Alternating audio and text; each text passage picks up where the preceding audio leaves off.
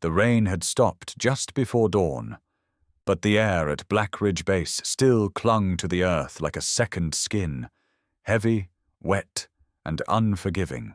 Steam rose from the backs of new recruits standing stiff on gravel. Boots soaked, eyes alert. The first day at Tier 2 tactical readiness had officially begun. And then, the truck rolled in. Its doors opened slowly, like a warning no one noticed, and she stepped out. She didn't look like she belonged here. A woman in her mid-30s, maybe older, thin, limping slightly. Her uniform was standard issue, but hung awkwardly off her frame, as if it had been borrowed last minute, not earned through blood and years of service. Her face bore scars, one deep and jagged from temple to jaw, another thinner one across her neck like a memory someone tried to erase. No rank, no unit patch, no weapon, just her name, stitched on her chest, C. Morgan, and a silence so absolute it made people uncomfortable. "She's someone's mom?" one recruit muttered, stifling a laugh. "Maybe she's here to refill the vending machines." Another chimed in, "Nah, she's probably HR, diversity hire." The mocking spread like oil on water, but she didn't respond. She walked past them with slow, measured steps, not out of weakness, but as if her limp had rhythm, precision, purpose. And while others scanned the compound with curiosity, she studied it like a map she'd memorized years ago. One glance to the watchtower, one to the angle of the drainage trench, one to the tension in the guards' shoulders. She wasn't lost. She was calculating. At the check-in tent, Sergeant Dyer looked up, then frowned. "Name?" he asked, his voice sharp. "Claire Morgan." He flipped through the manifest, brows tightening. No unit history, no deployment record, no commendations, no photograph, just a name, and a black clearance stamp he didn't recognize. "You sure you're supposed to be here?" he said loud enough for the crowd to hear. "This is Tier 2 training, not group therapy." Snickers followed. Dyer didn't stop. "I mean, let's be honest. You limp like a rehab case and you've got no record. You show up here with no weapon, no patch, and zero background.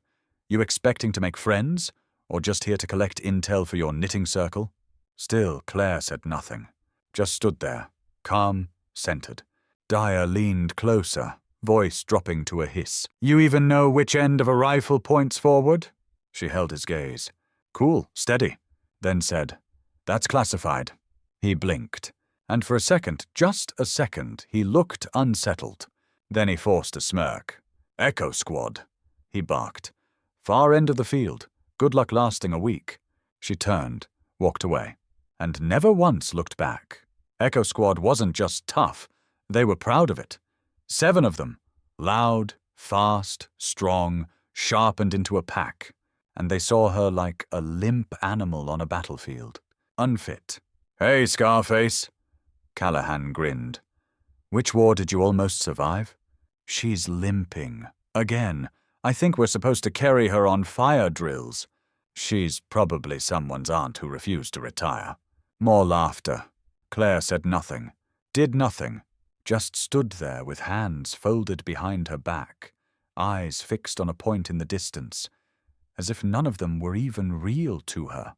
Blackridge pushed people to their limits, and then kept going. 12-kilometer marches, weapons assembly under blackout, live fire exercises under pressure so intense you could smell the sweat boiling in your own gear. Morgan kept up, not fast, not showy, but she never quit, never complained, never spoke. That made it worse. She didn't ask for help, didn't answer questions. She just kept moving. Her silence ate at them like acid. On day 3, during an urban recon simulation, they left her behind on purpose. She was posted as rear perimeter. No radio. Disconnected headset. She stood alone in the fog as the mission began. Smoke, flashbangs, simulated hostiles. The squad advanced without her. Laughed about it afterward. She didn't even realize it started. One of them bragged. "Dead again?" Callahan added. "Guess she makes a better corpse than a soldier." She walked out of the smoke 15 minutes later, uniform scuffed but calm, and just sat quietly on a bench. Didn't defend herself, didn't retaliate. That silence was starting to scare them. That night, while the others joked around a campfire, Claire sat alone beside the weapons cache. She had an M4 rifle laid out in pieces, not reading the manual, not using a light. She closed her eyes and began reassembling it. Blind. Click, click, click. Each movement precise, unshaking, until the rifle sat before her again, clean, loaded, perfect. But no one saw.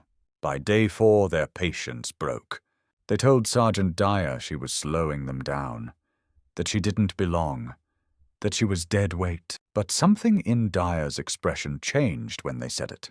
He didn't shout, didn't argue.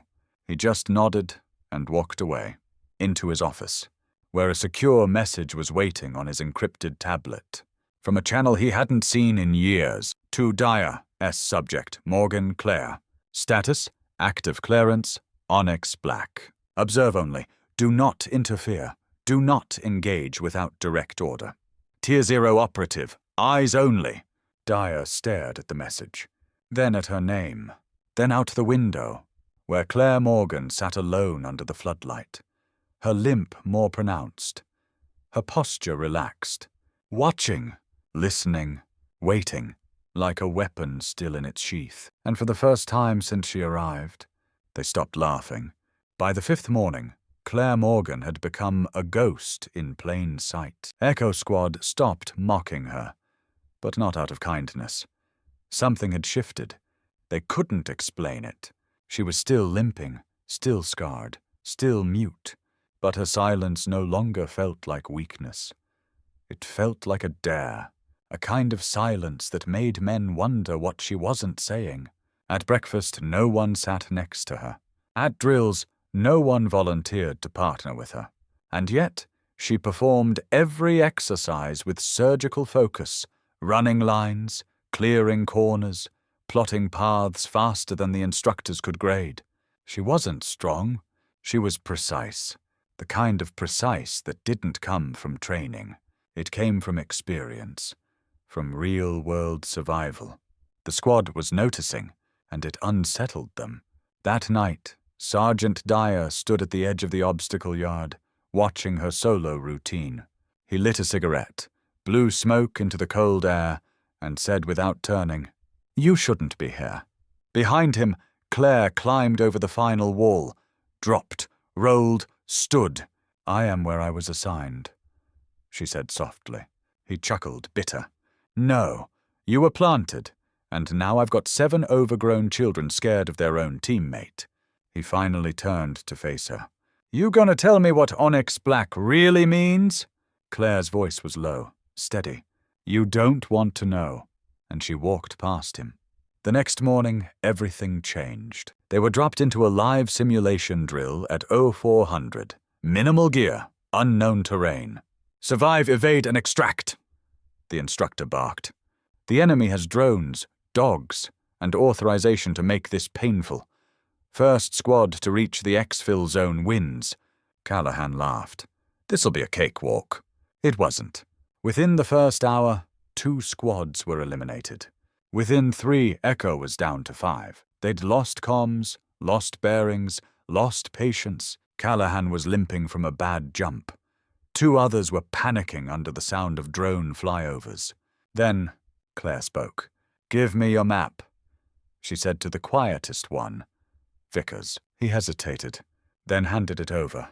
She scanned it for 5 seconds, then pointed east. "There's a drainage line hidden by the ridge. It'll lead us past the sentries." Callahan scoffed. "Oh, now she talks?"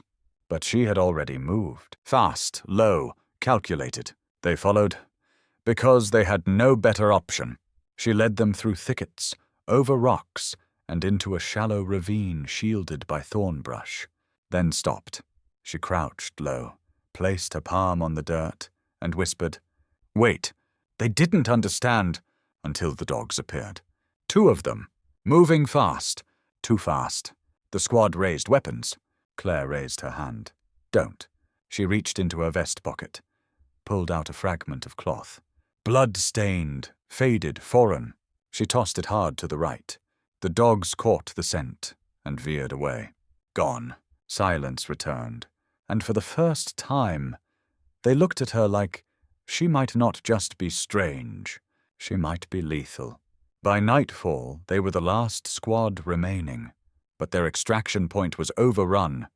Tripwires, motion sensors, laser perimeter. Callahan cursed. We're screwed. Claire said nothing. She knelt and began drawing in the dirt with a stick. Blueprints, angles, calculations. Laser array cycles every 12 seconds, she muttered.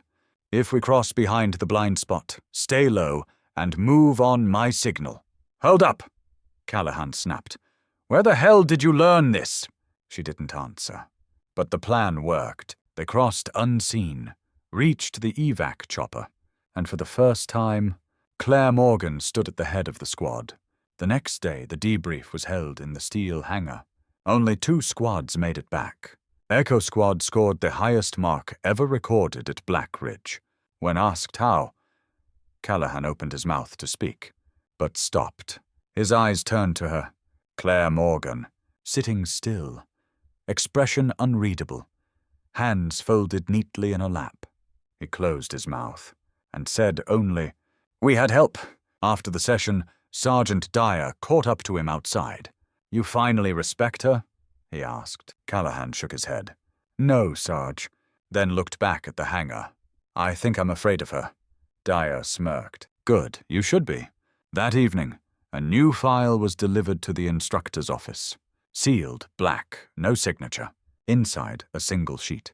Claire Morgan Operative, Tier 0. Combat rating, classified specialization, unrecorded file destruction authorized.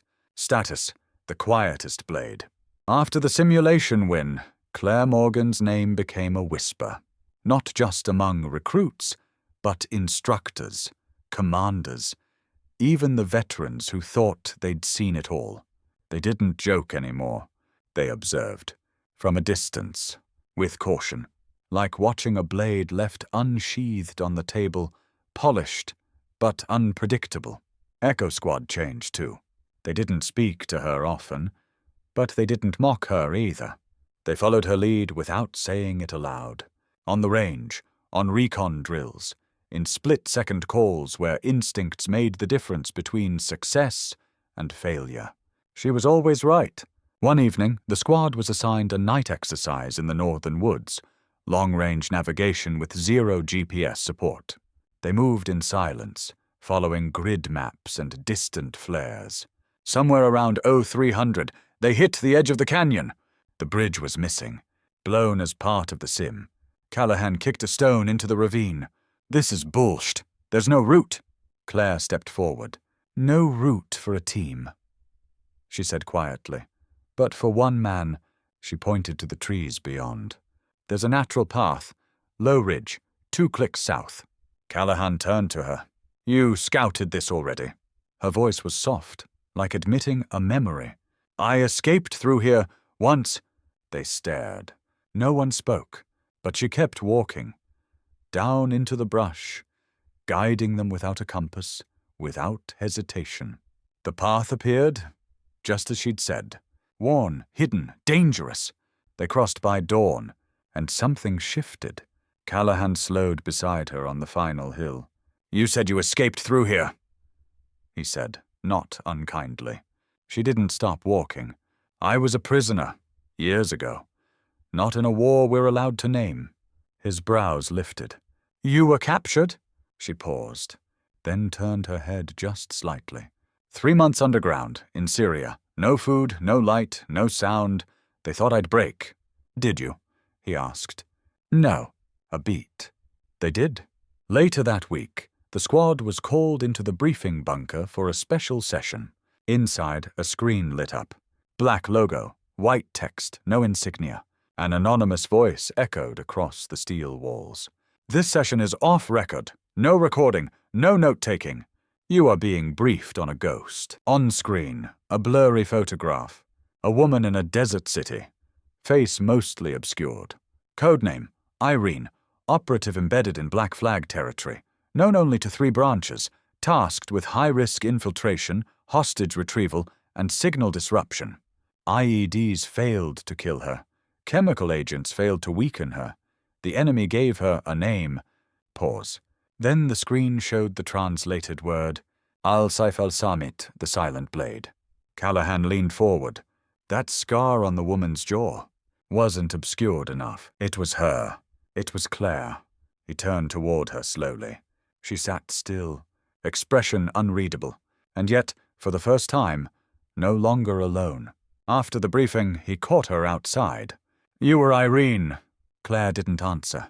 You got out of Syria alone. Still nothing. And they buried it. Erased it. Didn't even give you a medal. She finally met his eyes. Some things are too dirty for ribbons. Callahan looked away, then said, softer, You could have let us keep thinking you were nobody. Her answer was almost a whisper. I did. From that day forward, Echo Squad stopped functioning like a squad and started moving like a unit. Not because they feared her, but because they trusted her judgment, her instincts, her silence. She didn't give speeches, didn't bark orders, didn't need to. She showed up, every time, and that was enough. Then came the storm. An unexpected mission dropped from command. Emergency readiness drill. Unscheduled, unofficial. Rumor said it wasn't a simulation, and Echo Squad was chosen. Drop zone, forested territory beyond the perimeter. Unknown terrain. Real-time surveillance blackout. As they geared up, Vickers turned to Claire. Any advice? She loaded her sidearm, snapped her vest shut, then looked up, eyes cold. Stay close, and if I stop walking, run. The chopper blades roared overhead as Echo Squad dropped into the trees.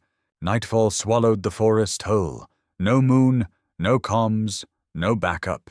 They were alone. But Claire Morgan didn't hesitate. She moved through the brush like she had lived here in another life. Eyes scanning, fingers counting breath, mind calculating every blind spot, every elevation shift. The rest followed without question. No one asked who was in charge. They all knew. 15 minutes in, it all went sideways. An explosion rocked the northern ridge. Then gunfire. Not blanks, not sim rounds. Live fire. Callahan dove behind a log. What the hell is this? No response from command. No signal. No flares. Claire knelt beside a downed squad member, checking for vitals. Shrapnel. Minor. Breathing normal. She looked to the tree line. Flank team, not ours. Russian pattern sweep. Callahan blinked. How do you know that? She didn't answer. She didn't need to. She already had the path in her head. The squad regrouped in a dry riverbed. Extraction's off. Vickers whispered. We're being hunted. Claire was already drawing in the dirt again. 3 hostiles. Standard diamond spread. Moving south. How do you know that? Someone asked. I wrote the manual they're using. Silence. And then, without being told, the squad formed into formation behind her. For hours they moved through the blackness. Claire led them past traps, around tripwires, under motion sensor nets they never saw until she pointed. Her limp was gone. Or maybe it had never been real. She paused near a fallen tree and whispered, Last test. What? Callahan asked. She turned to face them, her voice low, calm, but different this time. Harder, sharper. They weren't testing our survival. They were testing yours. A beat? I wasn't sent here to train. I was sent here to choose. The squad stared. Suddenly everything made sense. The strange orders, the disconnected files, the phantom clearance level, and then a shout. Gunfire. One of the unknowns spotted them from the ridge. Shots echoed through the trees. Claire's sidearm was already out. One shot, clean, no second needed. She pulled the wounded member onto her back, motioned to Callahan. "Cover fire! West line, 30 seconds. He didn't question it. He just moved. The extraction point was a ravine 2 clicks north. Heavily guarded, 1 drone, 2 spotters, thermal vision. Claire looked at the map, then closed her eyes. "Split! 3 and 3. Diversion on the east bluff. I'll go through the ravine." "No way!" Callahan snapped. "You won't make it through alone." She looked at him with something new in her eyes. Not challenge, but trust. "You're not supposed to follow me." The final breach was a blur. Smoke, screams, misdirection. And then a chopper cut through the clouds. The squad made it aboard, bloodied, exhausted, alive. But she wasn't there. Not yet. 2 minutes passed, then 5. And just as Vickers reached for the latch, she walked out of the smoke, dragging the drone operator by the collar. Bleeding, but walking. She threw him onto the chopper floor, calm as ever. Package secured, then sat in the corner, silent, breathing slowly. Mission complete. Back at base, no medals were handed out. No press briefings, no official report. Just a quiet, private debrief with someone in a suit. And then she disappeared. Weeks later, Echo Squad was deployed to a new unit. Callahan received a sealed folder at briefing. Inside, a single photo, black and white. Claire Morgan, no uniform, no rank. But beneath the photo, 1 line was typed, "Reactivate only in national emergency." The quietest blade. At the edge of the photo, someone had written in pen, "You never saw her, but you'll never forget her." And he wouldn't. None of them would. Because they had seen something most men would never believe. A woman dismissed as broken, revealed as something far rarer. Not a soldier, not a spy, but a ghost, a blade, a legend hidden in silence.